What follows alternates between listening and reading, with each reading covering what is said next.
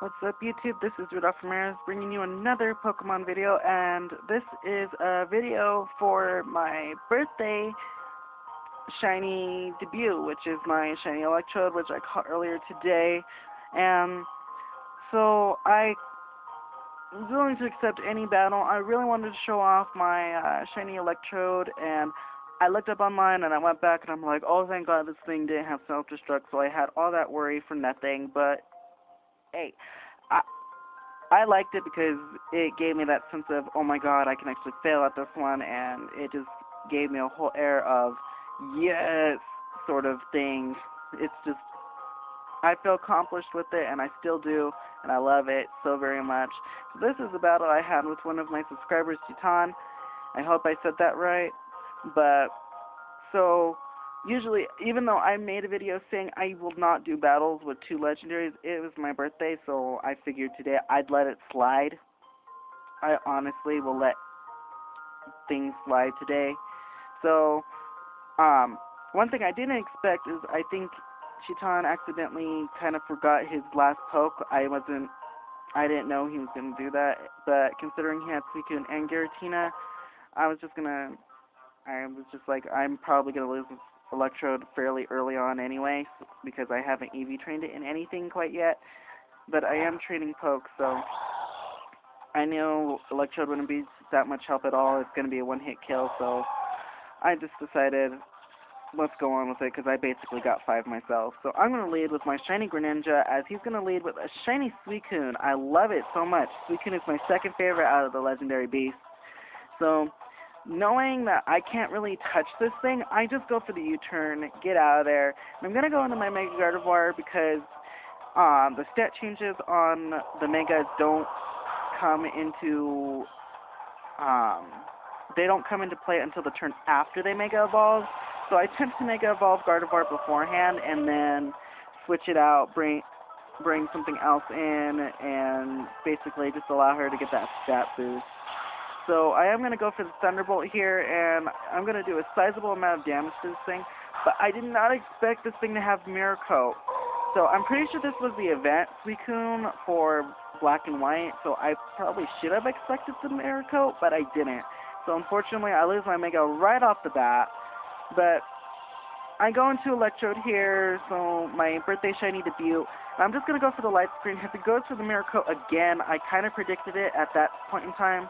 So he's going to switch out, and again, I predicted this yet again, and decided to go for the T-Wave here, because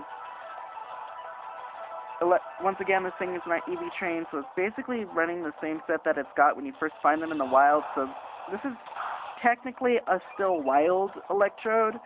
The only thing different is that I taught it T-Wave over Screech, because it's not really a physical Pokemon at all.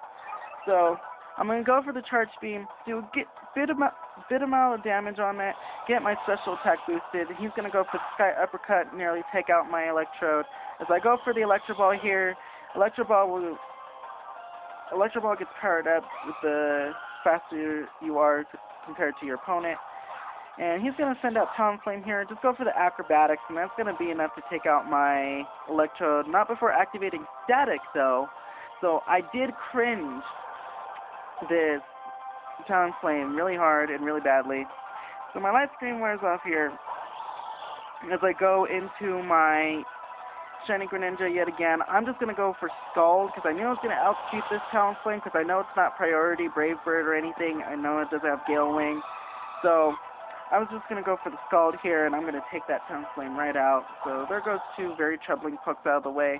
He's going to go into Greninja, and I know I can't do anything to this either because I'm specially offensive, not physically offensive. So I just went for the U-turn. He's going to take that fairly well because, again, I'm specially offensive, not physically. And I'm going to go into my Markion, my Dedenne here. As it's going to go for the Grass Knot, I kind of predicted that, so I went into Dedenne because I know Dedenne is going to take that extremely well.